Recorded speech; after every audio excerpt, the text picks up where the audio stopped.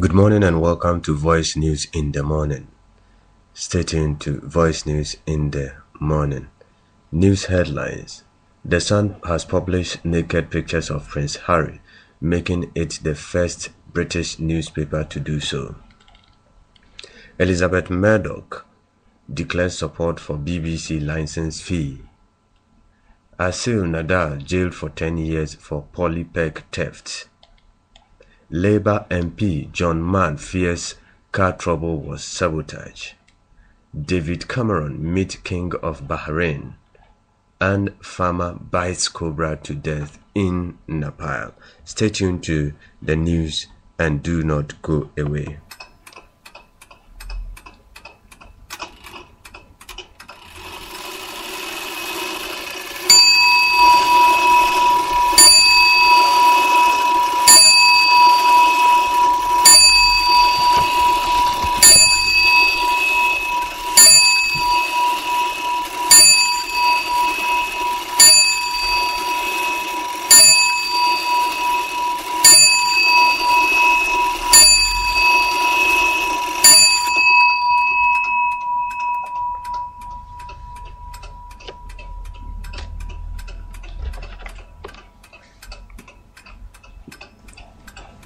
Good morning and welcome to The Voice News in the Morning. Owners of News International said it was making the move despite warning from the royal family's lawyer that it would be an invasion of his privacy. The Sun said the images were widely available around the world and its readers had the right to see them. The pictures emerged from a private weekend the prince spent in Las Vegas and first appeared on US website TMZ. The two photos of Prince and a naked woman in a hotel room are believed to have been taken on a camera phone last Friday while he was on private weekend break with friends. David Dinsmore, managing editor of The Sun, said the newspaper had brought along and had about publication. He said, for us, this is about freedom of the press. This is about the ludicrous situation where a picture can be seen by hundreds of millions of people around the world on the internet but cannot be seen in the nation's favorite newspaper or paper read by 8 million people every day. He said, this is about our readers getting involved in the discussion with the man who is third in line to the throne. It's as simple as that. St. James's Palace had contacted the Press Complaint Commission, PCC, on Wednesday because it had concern about the prince's picture privacy being intruded upon in breaches of the editor's code of practice. The palace said it had heard a number of UK newspapers were considering using the pictures. In reaction to the Sun's declaration, a palace spokesperson said, "We have made our view on Prince Harry's privacy known. Newspapers regulate themselves, so the publication of the photograph is ultimately a decision for editors to make." The Sun said in a statement, "The Sun is publishing the naked Prince Harry's party pictures. Our readers have been prevented from being seen in print." The newspaper said it was not making any moral judgment about the prince's activity. The statement continued, "He often sailed close to the wind for a royal, but he is 27, single, and a soldier." They quote him as saying, "We like him. We are publishing the photos because we think Sun readers have the right to see them. The reason for that go beyond this one story." Elizabeth Murdoch has come out in support of the BBC's license fee in a speech to TV executives in Edinburgh. Giving the annual MacTaggart lecture, the daughter of the News Corporation founder, Rupert Murdoch, also praised the BBC for its creative leadership. Her brother, James, delivered the lecture in 2009 and notoriously described the BBC's size and ambition as chilling. Ms. Murdoch also criticized the dearth of integrity highlighted in the Leveson inquiry into press standard. Delivering the festival's keynote speech, she said the exposure of the sometimes self-serving relationships between great pillars of society such as police, politics, media, and banking serve as a reminder that with great powers comes responsibilities. Referring to the Leveson inquiry, she said the result should be fierce protection of the press, free press, and light-touch media regulation, adding that it was hard to argue for this because of the unsettling dearth of integrity across many of our institutions. Sadly, the greatest threat to our free society are too often from the enemies within. Independence from regulation, she added, is only democratically viable when we accept we have a responsibility to each other and not just to our bottom lines. Ms. Murdoch chairs of the Shine Group, which makes shows including Merlin and MasterChef, both broadcast by the BBC. She was due to speak at the festival in 2011 but pulled out amid phone hacking scandal. On the occasion, she was replaced by Google's chairman, Eric Schmidt. Ms. Murdoch is the first woman to deliver the speech since Janet Street Porter in 1995 and the only fourth since the festival inception in 1976. Former fugitive Asol Nadal has been jailed for 10 years for the theft of nearly $29 million from his Polypeg empire more than 20 years ago.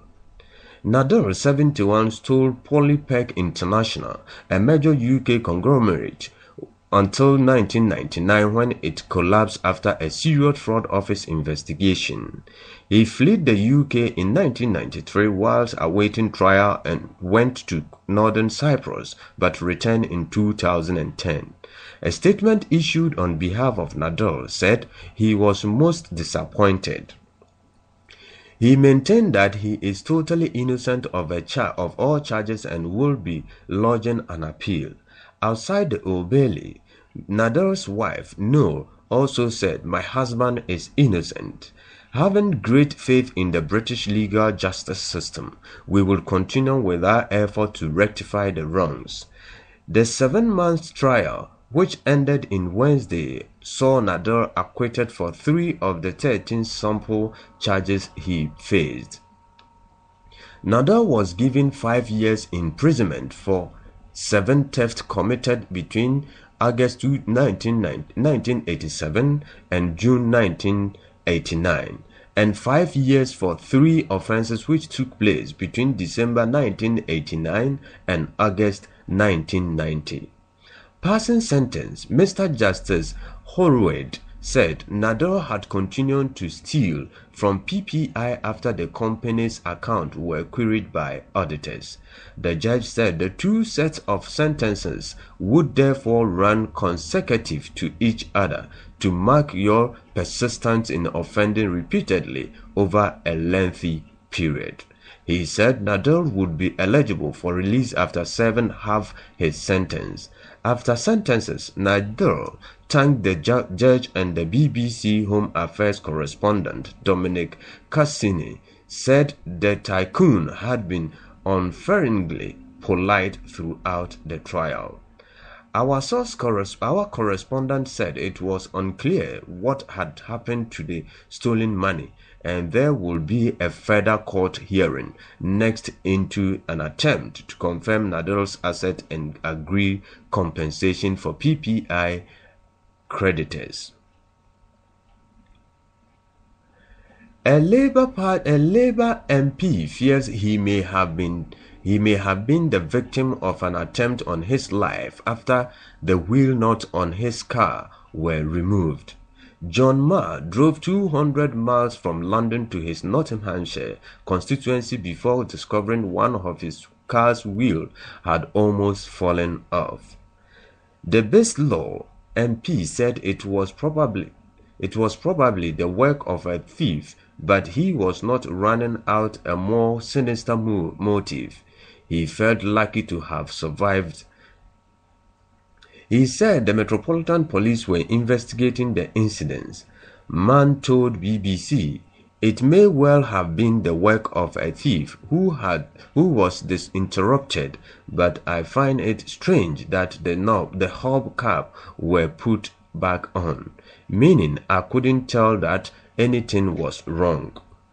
Quoting him as saying, I thought I was driving up the A1 that I saw having a bit of engine trouble, but it was only at the end of the journey that I saw one of the wheels had almost fallen off. This could have killed me and possibly other people if the wheel had fallen off on the A1. In May, Nottinghamshire Police launched an investigation after Mr. Mann's wife, Jo White, a Labour Chancellor, was also sent a dead bird in the post. Mr. Mann is an outspoken member of the Treasury Select Committee who has grabbed headline in recent months with his robust questioning of senior bankers and government ministers. In a statement on his website, the MP said only certain registered garages had access to sophisticated equipment needed to remove locking wheel nut, but he feared the keys for such security system may be reproducible. He said he was calling on motoring organizations to audit security services in order to reassure the general public and its publicizing his traumatic experience in order to alert other motorists. David Cameron has met the King of Bahrain in Downing Street amid call for him to push for action on human rights abuses. It will be the third time as Prime Minister he has met the King. When they met at the end of last year, the PM pledged UK support to help implement reforms in the country. It follows international condemnation of the Bahraini government responsible to the Arab Spring demonstration in 2011. At least 40 people died in the unrest. An independent commission found that Bahraini police had used excessive force against anti-government protesters. The Bahraini government pledged reform, and King Hamad sought UK advice on changes to the police and judiciary. However, since the Human Rights Watch has accused Bahrain's police of continuing to beat and torture detainees, including minors, Amnesty International said reforms in the recent month had been a facade and called on David Cameron to make it crystal clear that the UK will not stand idly by while Bahrain proceed to lock up the dissidents. A Downing Street source told BBC correspondent Nick Childs that the meeting would be focused primarily on trade, but the pair would also discuss the situation in Syria. It is highly likely that they will talk about the fallout from the Arab Spring, the reform process and the political climate in Bahrain, our correspondent said. Mohammed Al-Tajir, a human rights lawyer and a president of the Bahraini Rehabilitation and Anti-Violence Organization, told BBC News the King and the Bahraini government have failed to implement most of the Commission's recommendation.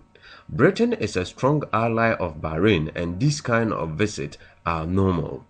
What is abnormal is to continue this kind of visit without a change in the promises given by the King himself and the Bahraini government to change the miserable situation in Bahrain. While the King is here in Britain, I don't think the British Prime Minister is happy to have this kind of conversation.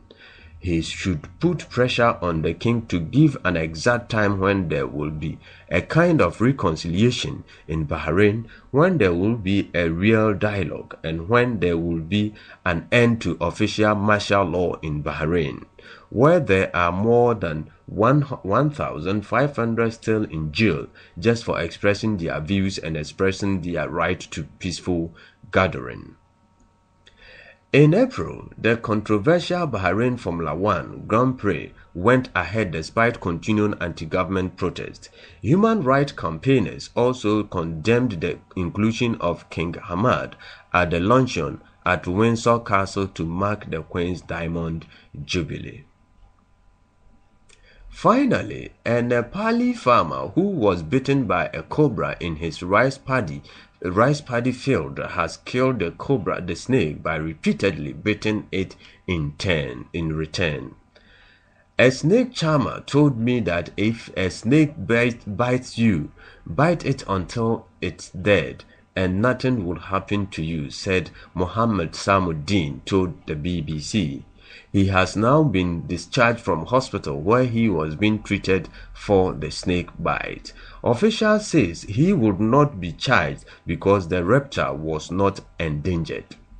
Quoting him as saying, "When I realized that a snake bite me, I went home to get a torch and saw that it was a cobra, so I bit it to death," he told the BBC Nepali Bikra Nusira in Benezga. After he bit the snake to death, Mr. Samuddin said that he went about his daily business as if nothing had happened. He says that he finally agreed to go to the hospital after pressure from family, neighbors and police. The incident took place on Tuesday in a village 200 kilometers southeast Nepalese capital, Kathmandu. The snake he killed is reported to have been a common cobra. Nepal has a wide variety of snakes, many of which are venomous, such as the cobra. Estimates suggest that over 20,000 cases of snake bites in Nepal a year, most of them in the Tari South Plains, causing about 1,000 deaths, that the AFP news agency report. Advice for victims of snake bite can vary, partly because different snakes have different types of venom. However, the UK National Health Service says, "Remain calm, try to remember the snake's shape, size and color. Keep the bitten part of your body as still as possible to prevent the venom spreading. Remove any jewelry or watch from the bitten limb as it may swell. Do not attempt to remove any clothes, such as trousers. Seek immediate medical attention. Widely known treatments such as the application of tourniquet or trying to suck out the venom are not recommended." Well, folks, this ends the voice news in the morning. We'll come back to you with a news analysis. Stay tuned and do not go away.